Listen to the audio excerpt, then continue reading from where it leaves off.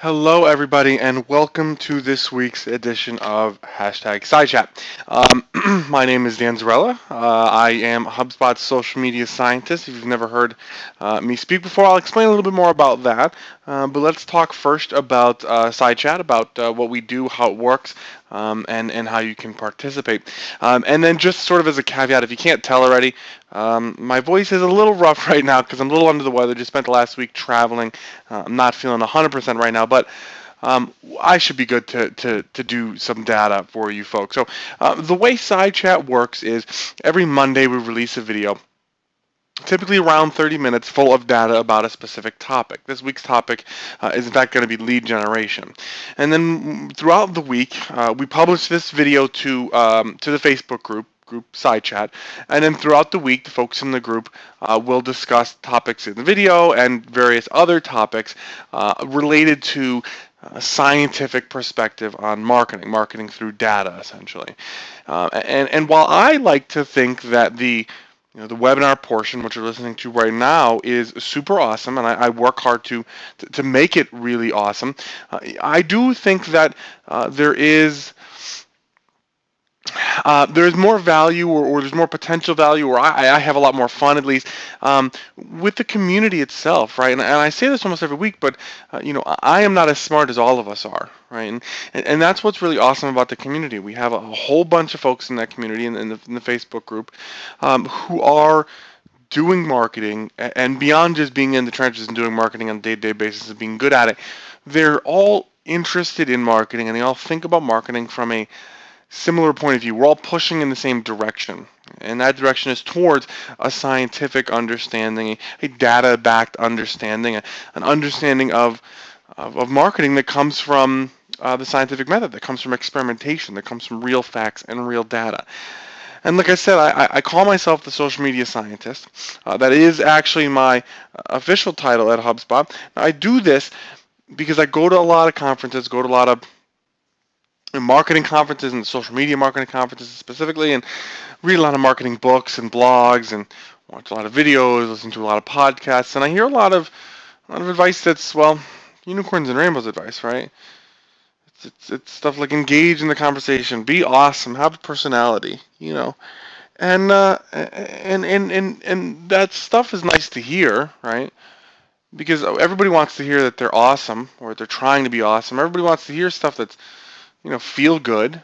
And that's what unicorns and rainbows, superstitions, and myths typically are. Adages, with snake oil, essentially designed to make you feel good and to make us all feel good about what we're doing. The reality is, though, sometimes that what seems truthy, what feels right, isn't necessarily true. And so, as a social media scientist, specifically myself, and then just as a community in general, we here at SciChat believe, at least I hope we all believe, that it is important to move beyond the unicorns and rainbow superstitions and myth into actual data, actual experimentation about the way marketing works, the way people behave online, and how we as marketers can get better at our jobs. And so, with that said, I think there's an important distinction to be made, however, in kinds of marketing data, right? So, and the application of marketing data, I think more specifically.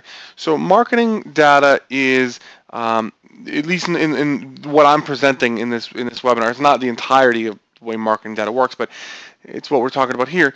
It is generally done on large data sets. It's typically correlative data rather than causative data, but it's done across huge data sets, across multiple brands, multiple industries, multiple time zones, etc. And it generally represents I don't know, average isn't the right word, but best practice, right? A most indicated course of treatment. It's the things that I'm presenting to you are the tactics, the factors, the behaviors that in the largest scales tend to perform the best. Okay. Now, what real scientific method is you start with an assumption based on that kind of data, based on observation like that, right? Based on sort of observational data, based on that correlative data, and then you take it and you say, okay, I'm doing this one behavior. The data suggests that this other behavior could work better. So I'm going to run an experiment. I'm going to pull my test tubes. Well, you don't actually have to pull out test tubes like in the image, but you pull out your A/B testing setup, or you just time split, right? You do one thing one day and one thing another day, and you see which one works better.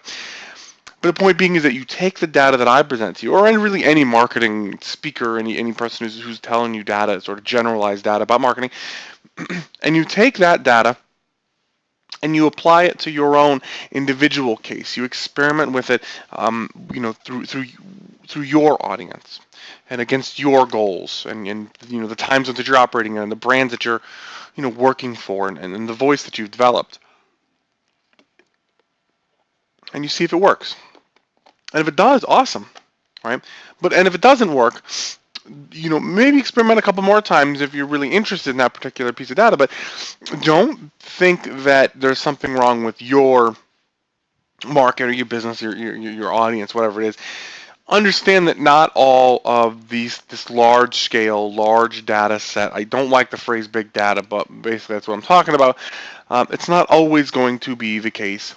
The behaviors, the characteristics, the factors that we discover from those sources aren't always going to be the best for your specific business, right? And there's nothing wrong with that. In fact, that's really exciting, right? Scientists love when they're proven wrong because that means there's more to learn.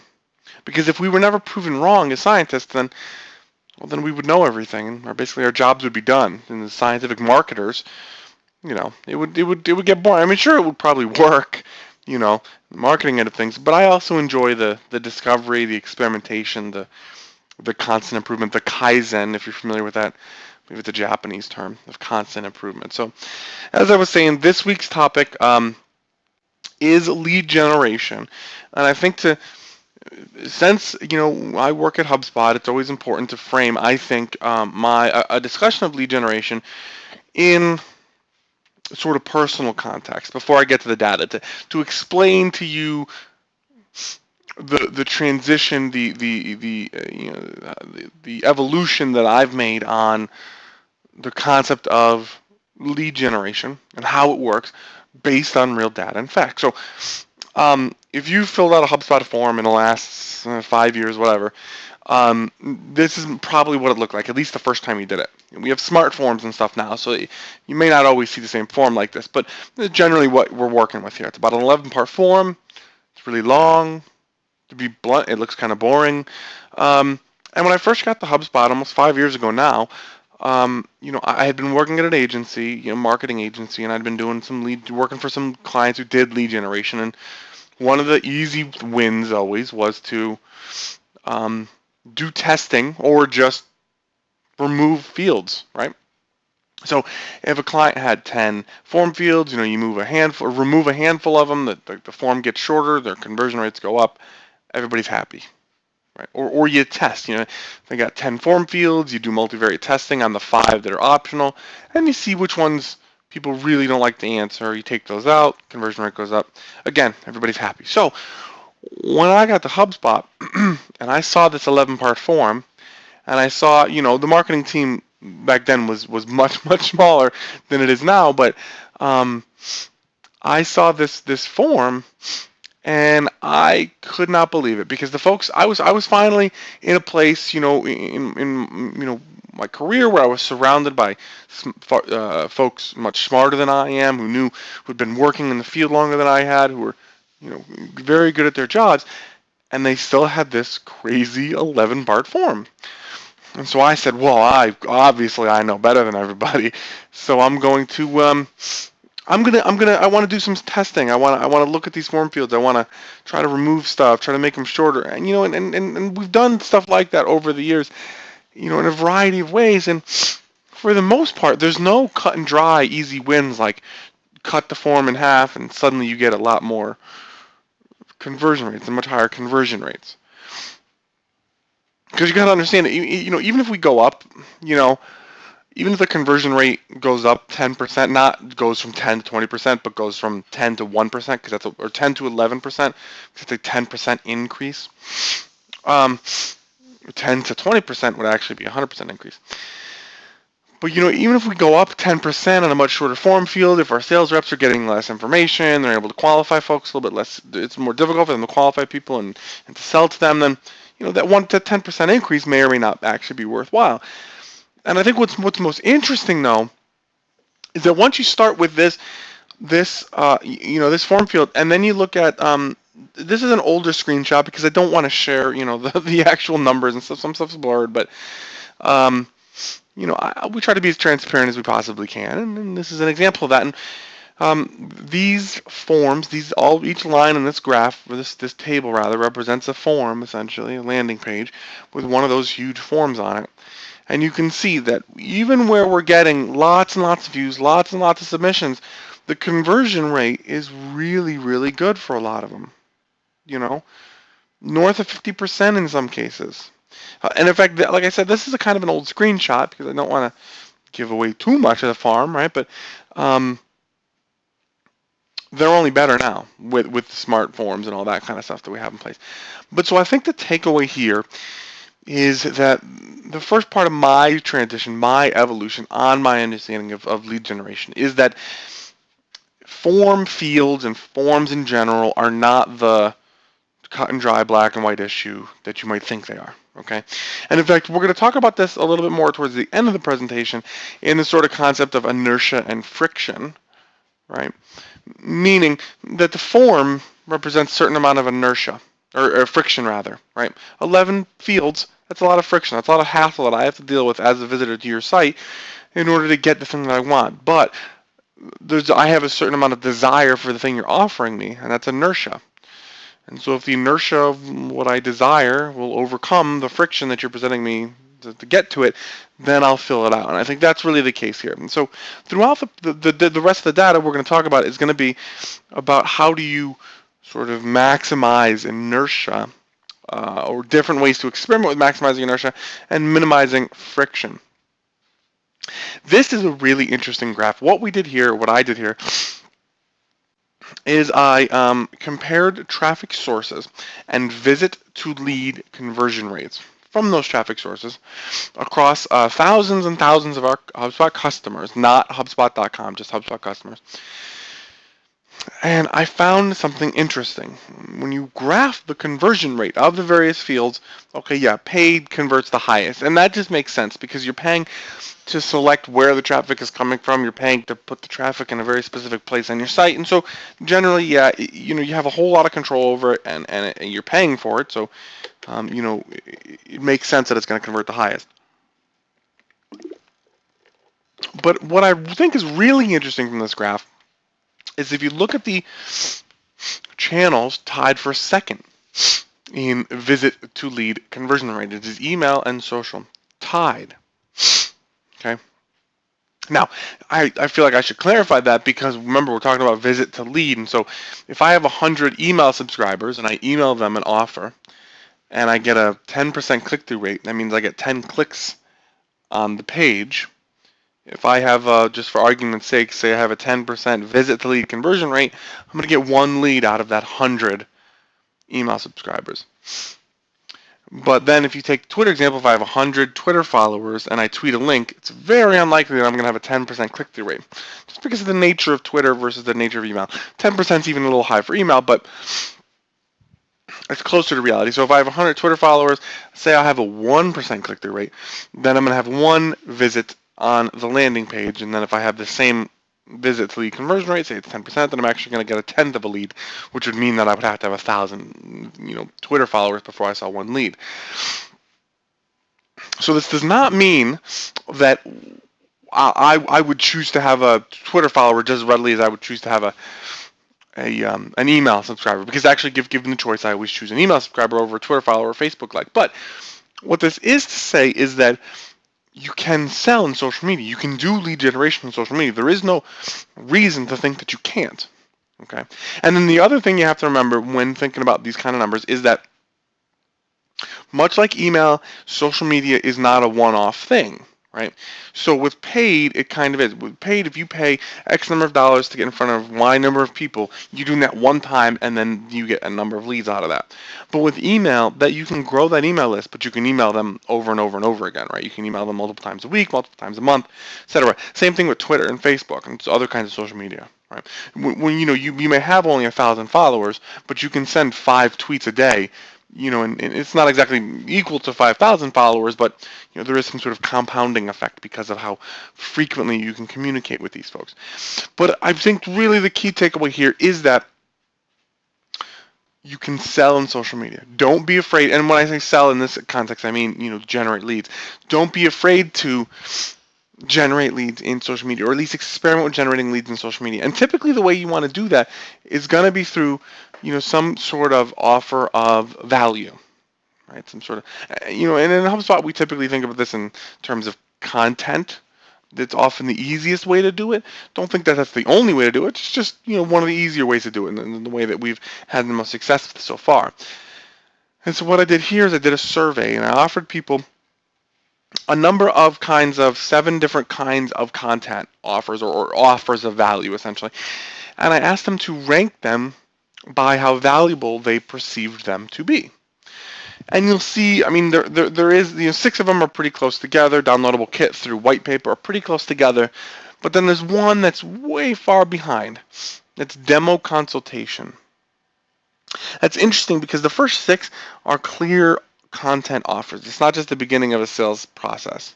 Although white paper, you could argue, or free trial is actually the beginning of a sales process. But there is some offer of value. There is some element of value that you're presenting to the person who's downloading those content offers, or those offers. Versus a demo consultation, nobody thinks that that's not going to result in a salesperson calling them and try to sell them what you're selling. And that's fine if I'm ready to buy, but I'm not always ready to buy. I may be ready to become, to move from being a subscriber or a follower or whatever to a lead, but I may not be ready to buy yet. And so you have to understand that especially when you're talking about social media and you're talking about that first transition from, say, follower or like into lead, typically you want to do it with the offer types, like the downloadable kits, free trials, ebooks, live webinars, recorded videos, etc. And because those are the ones that are that we call the top of the funnel, tofu versus sort of mofu, or middle of the funnel. Demo consultation is more of a sort of mofu offer. That's the middle of the funnel, versus like a ebook is a top of the funnel offer. And then when you compare the results of that survey by gender, I'm not a gender studies expert, so I don't have a great explanation for this. The blue is men, the purplish color is women who answered my survey. And what you see is that, women seem to have some preference for sort of live or synchronous experiences. So free trials or live webinars where they're there experiencing something sort of live and in real time, versus men seem to have some preference for ebooks and recorded videos and white papers, things that were asynchronous, meaning they could download them and consume them on their own time. I don't have a ton of great explanation as to why the difference between men and women here, only to say that you should know your audience. It makes sense to understand your audience, if they skew male or female, or even more importantly, just what kinds of offers they like the most. And really the way to find that out is let's experiment, right? And then when I looked at landing pages, and I looked at the visit to lead conversion rate of a number of landing pages, I did one analysis that I did is I looked at a handful of words, webinar, white paper, download, chapter, tools, and report, right? So that's 6 words. And in each pair of bars here the orange bar represents landing pages that did have the word webinar in them, and the height of that bar represents the conversion rate, the visit to lead conversion rate of landing pages that had the word on them. So in the first pair of bars, it's webinar, second pair of bars, white paper. The gray bar indicates that those landing pages, the conversion rate of the landing pages that did not have the word below the pair of bars in them. Okay. So what you find when you look at this graph is that landing pages that used words like webinar, white paper, download, chapter, tools, and report, i.e. words that indicate that the person viewing the landing page, if they fill out the form, they're going to get some kind of offer, some offer of content with some modicum of perceived value, they're much more likely to actually fill that form out, to go from a visitor to a lead, right? And of course, the big daddy of that, of free content is, like, of course, the word free, of perceived value, is the word free. And I think what's interesting about this is that prior to the web and prior to concepts like inbound marketing, it was often very expensive to get in-depth content about something. So if you wanted to get really, really technical, in-depth knowledge of certain, niche concepts, you'd have to buy a book. Oftentimes they were textbooks or at least technical sort of manuals. They were hard to read. They were often expensive. Took a little while to find and to get. Um, but with the advent of the web, publishing and free ebook publishing, free webinar publishing, this kind of information is a lot easier to get. But sometimes it is helpful to remind folks that this stuff that you're offering them is free, so they don't think that you're going to try to charge them and be sneaky about it later.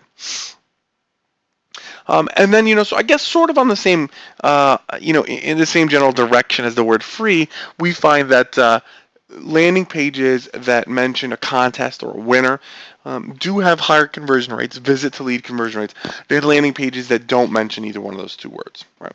And I guess that's another kind of value offer, right? So it's an offer of value. That's not necessarily content. In this case, it could be an actual physical thing or an actual, monetary value.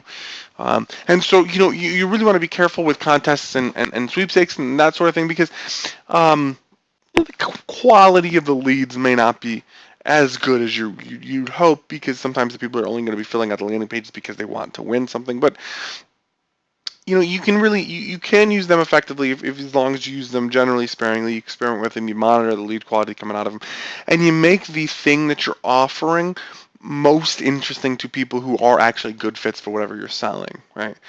And so, say you're selling, vintage car restoration, and you sell somebody like a, vintage paint kit, or you win a free vintage paint kit, or win a free, tune-up for your vintage car, that sort of thing. I'm not only going to be interested in it if I'm actually qualified to buy your product. So that kind of stuff can help. Boost the lead quality that comes out of an offer like a contest or a sweepstakes. And then on the flip side of the coin, when we look at landing pages that mention words that refer to a contact or sort of the beginning of a sales process, so words like quote, price, request, services, contact, and questions, you find that landing pages that have these words tend to have lower visit to lead conversion rates than landing pages that don't have the words. Again, the orange bars are landing pages that have those words in them. The gray bars are landing pages that do not have those words in them. And what you find again is that, the quality may be pretty high in these leads because if somebody's filling out a lead form that says something about I want to know your prices or I want to, talk about your services and have somebody contact me to talk about them, the quality might be pretty good, but your visit to lead conversion rate is going to be low. So this is not to say don't have landing pages like this on your site, but don't expect them to drive huge volume. Use the other kinds of offer to drive huge volume, and then use these kind of things to qualify for when people are ready to buy. These sort of, services, requests, contacts sort of questions. This one I found really interesting. Apparently the word age, or, the occurrence of the word age on a landing page is correlated with those landing pages having a lower conversion rate, meaning people don't want to tell you how old they are. Because generally in a business-to-business context, there's very little reason to be asking for age. And it can only be like, oh, you're too young or you're too old. Like, there's never really a good reason to ask for age. And, whenever I do focus groups and I ask people, how do you feel about giving this information or that information? One of the things I hear often is like context. Like, I'm okay giving most stuff up as long as it's not crazy personal. But you got to tell me why I'm giving up that information. So if you really feel the need, for whatever strange reason, to ask people how old they are on your landing pages, you should really make sure you're giving them a good reason. You're explaining to them why you need that information, right? And then, of course, that holds true for the words on this graph too. So when you look at words like street, state, and city, so address information, typically landing pages that are asking address information have lower conversion rates than landing pages that are not asking this kind of information. However, we do see that there is a much bigger negative effect for street level information versus just sort of zip code level information, so like city and state. Because with city and state, like, you really can't come to my door and hassle me during dinner time. But with street level information, like, whoa, what do you need that for? Like, are you coming to my house to try to sell me something? Is that what, or are you going to start sending me a bunch of junk mail? People just kind of assume, and mostly rightly so, that you can get their city and state information from their IP address. So they're not that hesitant to give you that, and that's what people told me in focus groups as well. They're not that hesitant to give up that level of information, but then once you start asking, like, what's your street address? People need to, why do you need to know that, right? Again, but if you give them context, like, oh, well, we're going to mail you something super awesome that you're totally going to love, then maybe they might be a little more inclined, a little more open to giving you their street address information. Telephone is another negative one, right? Because if you're asking for somebody's telephone number, and you're not telling them why you need it, they're just going to assume the worst. They're just going to assume that that means you're going to wait till they just sat down for dinner with their family, and you're going to give them a ring and try selling them something at dinner time. And of course, that's kind of one of the core examples of the problem that inbound marketing solves. Everybody has caller ID. In fact, I don't even have caller ID. You know what I have? I have a cell phone. You know what I don't have? A home phone. Right? And cell phones always come with caller ID. So if you try calling me when I'm busy doing something else, I don't recognize the number, I'm not picking up the phone. And that's because I know that if I don't recognize the number and you're calling me while I'm doing something else, you're likely going to be an outbound marketer. Versus good inbound marketing, which is creating interesting content, ebooks, webinars, white papers, downloads, like we've been talking about, and then offering them in exchange for some sort of contact information, and then reaching out to these people in a way that they are okay with, through email, through social media, through a blog, through those kind of channels, versus, all right, we'll give you an ebook, but you got to give us your phone number because we're definitely going to call you up right away, right? And so, again, this is not to say that you can never ask for telephone information. This is to say that you should experiment with it because it's clearly going to be valuable for your sales folks. But you really want to think about why you need it, experimenting with not asking for it, and definitely give people a reason that you're asking for it. All right, so I brought up the scientific method earlier in the presentation, and I think it's useful, in the context of lead generation, and because I've talked about experimentation so much today, to explain how I view the scientific method as it should be applied to something like lead generation. This can really be applied to, I think, any kind of marketing, but I think lead generation is a very useful specific case study for how to apply the scientific method. So in the first thing, you want to define your goal. And what that basically means in lead generation is typically, at least the kind of data that we looked at, is like, how do I increase my visit to lead conversion rate? Right? Like I get 100 people coming to this landing page, and right now, every 100 people that come to the landing page, I get 30 leads. How do I bring that to 50 or 60 leads? Right? And so then you research potential changes that would influence that. That's what this webinar basically was, right? This was a bunch of potential changes, a bunch of ideas, both negative and positive, meaning things you can remove and things you can add that will help you reach your goal, i.e. increase your visit to lead conversion rate, i.e. help you generate more leads. Now, for each one of those suggested things, you want to test that change, right? So if you're currently asking for street level information, you don't have a really huge need for it, you create a new landing page that does not ask for that, and split tests, and some people to that landing page, and some people to the old version of the landing page, and see which one works better. Once you have a statistically significant result, pick the one that works best. Maybe it's a new version, maybe it's not, and then try something else that I've explained to you. You take off the word telephone, take off the word age or whatever, or add something new that I've talked about. Add the word free. Try doing something with a contest or whatever. And that's how the scientific method, when applied, I think best to lead generation and marketing in general, but specifically lead generation in this case, works best, is that use this kind of marketing data, the kind of data that I present to you, as that step 2, as the researching of potential changes, right? Because these are the things that you can experiment with, see if they work for you, and always be iterating. Right. You should never, wake up some morning and before you go into your work and think to yourself, I'm not testing anything right now. Because if you're not testing anything, then you're always losing out on some opportunity. Or you can always get better. Okay. And so you should always be testing to get better. Because you're never going to be perfect, and if you're not perfect, you can always be getting closer to being perfect. And then I alluded to this again earlier in the presentation as well. The ideas of friction and inertia are really useful sort of metaphors for talking about lead generation. And so, we talked about a lot of the negative factors. So asking for telephone information, asking for street level information, asking for a lot of things. These things can be inertia. There's a certain amount of hassle that I, as a visitor to your website, have to put up with to get to a goal, to get what I want, right? The goal in this case is typically some sort of offer value. And so if you put up this huge brick wall of a form that's got all these intrusive questions that I don't want to answer before you let me get at your ebook, there might be too much friction. And I may be able to say, no, I'm not going to do this. This is way too much hassle. And then you're going to call me up later and hassle me even more. And so that's what's stopping me from getting that ebook, right? From becoming a lead.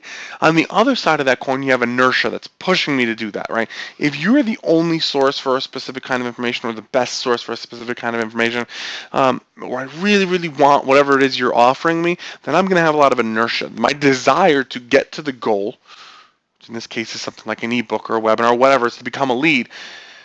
But my desire, if my desire to become that, to get that, is bigger and more powerful than the friction that's stopping me from doing that, then I will. And so the key is not only to increase inertia or to reduce friction, because sometimes people get lost in one or the other. It's both at the same time, right? Because remember, at HubSpot we have an 11-part form, but I like to think that our content is so good that people are still willing to fill out that 11-part form and deal with a little bit of the friction. And then, of course, my favorite rap quote: if it don't make dollars, it don't make sense. If you're doing lead generation and you're not measuring your bottom line, your actual dollars and cents ROI, how much sales, how much money is coming from the lead you're generating, and you're not, and yeah, it's great if you increase your visit lead conversion rate, but if your actual bottom line plummets, please make a change, because if you're doing any of these things and you're not measuring your ROI, you're doing something very, very wrong. So with that said, thank you everybody for listening to this week's episode of Side Chat. I look forward to seeing you in the Facebook group this week for more great discussion.